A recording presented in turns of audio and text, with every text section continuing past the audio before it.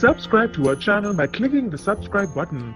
Click the bell button and enjoy the latest uploads from our channel.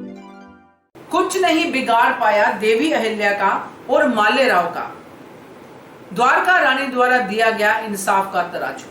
नमस्कार दोस्तों, स्वागत है आपका आपके अपने चैनल हंग्री स्पिरिट्स में। हंग्री स्पिरिट्स देख रहे सारे दर्शकों का मैं अंजू शर्मा दिल से स्वागत करती हूँ।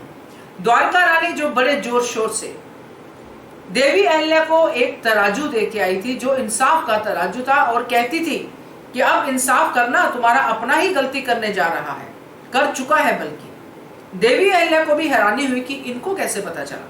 खैर, वो समय इन सब बातों का नहीं था। पहला जो काम था वो अंग्रेजों के गोदामों को आग लगाना था, जो देवी अहिल्या के दिमाग में चल रहा था। इसलिए उन्होंने कांटे को पकड़ा और यह साबित किया कि अब मुझे इंसाफ ही करना है, और इंसाफ तभी होगा जब अंग्रेज यहां से जाएंगे। तो दोस्तों, मालेराव ने जो गलती की थी, मालेराव माफी मांगने आया, मुहिम का हिस्सा बनने आया, मगर देवी अहिल्या ने नहीं बनाया। और यहाँ पे द्वारका रानी को अब इंसाफ की नहीं, अब फिर से मालेराव को भड़काने की जरूरत महसूस हुई। तराजू वराजू सब भूल गई द्वारका रानी। तो अब ये तराजू तो किसी काम नहीं आया, कुछ नहीं बिगाड़ पाया। तो अब द्वारका रानी क्या करेगी आगे, कैसे मालेराव को अपने हत्थे फिर से चढ़ाएगी? चलिए बात करते हैं। पहले वही निवेदन, जिन्होंने अभी तक चैनल को सब्सक्राइब नहीं किया है कर लीजिए, साथ में दोस्तों बेल आइकन दबाइएगा ताकि आपको हमारे वीडियोस के नोटिफिकेशन मिलते रहें। मालेराव अब अपनी ही प्यार की धुन में है।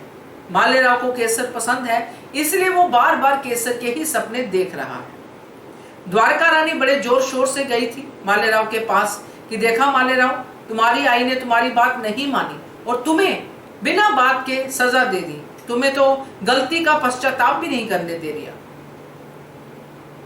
तुम्हें तो गलती का पश्चाताप भी नहीं करने दिया। और पूरी तरह से उसने वो जो धुआं राख जिसकी एग्जाम्पल दी कि तुम्हें राख भी नहीं समझा, वगैरह वगैरह सब कहा। और मैनाबाई वहां पे सुन रही है, मैनाबाई जवाब भी दे रही है, समझ रही है कि ये दोनों में फूट डलवा रही है द्वारका रानी, और पहले भी मैनाबाई ऐसा सब फील कर चुकी है। मगर यहाँ पे मालेराव क्या करता है? मालेराव द्वारका रानी को दो बातें सुनाता जरूर है, मगर वो बातें सुनाने का कारण क्या है? वो बातें सुनाने का कारण ये है दोस्तों कि अब मालेराव द्वारका रानी की कोई बात सुनना ही नहीं चाहता। इसलिए नहीं सुनना चाहता कि उसको इसमें कोई जो है अपनी आगे का फ्यूचर दिख रहा है या कुछ ऐसा, या नहीं दिख रहा है या कुछ भी, बल्कि इसलिए क्योंकि उसको उन बातों में अब कोई इंटरेस्ट ही नहीं है। अब उसका पूरा का पूरा रुझान, पूरा का पूरा हार्ट उसका केसर की तरफ है। अब केसर की तरफ है तो किसी और चीज की तरफ कैसे होगा? इसलिए मालेराव ने द्वारका रानी को उसकी गलती बताई और फिर वहां से चला गया कि मैं शांति की तलाश में जा रहा हूं, यानी कि केसर के पास जा रहा हूं, वहां पे मुझे शांति मिलती है। और मिली भी जब वो केसर के पास गया। ये ट्रू लव है क्या है, ये तो आगे आने वाला समय बताएगा। मगर केसर की तरफ से तो पूरी तरह ऐसा ही लग रहा है कि वो दिल से मालेराव को प्यार करने लगी है।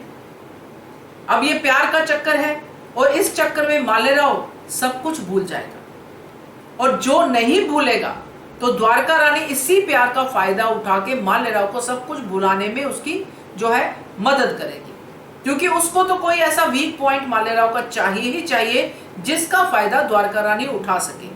अब द्वारका रानी की बातों में तो मालेराव आ नहीं रहा, राजपाट इसकी उसकी बातों में, मगर ये बात मालेराव को जमेगी, क्योंकि जब मालेराव का साथ देगी द्वारका रानी उसके प्यार तक उसको पाने की। तो ये देखते हैं आगे कैसे जाता है। मगर द्वारका रानी के हाथ में अब एक और मोहरा जो है वो आ जाएगा, वो है केसर नाम का। तो देवी अहिल्या को फिर से रहना पड़ेगा सतर्क दोस्तों, कैसे इसको हैंडल करती हैं देखते हैं। मगर ये हिस्ट्री में तो हैंडल हुआ नहीं था। तो आपका क्या कहना है जरूर आप बताइएगा, और देखते रहिए channel hungry spirits. Thank you so much. Subscribe to our channel by clicking the subscribe button. Click the bell button and enjoy the latest uploads from our channel.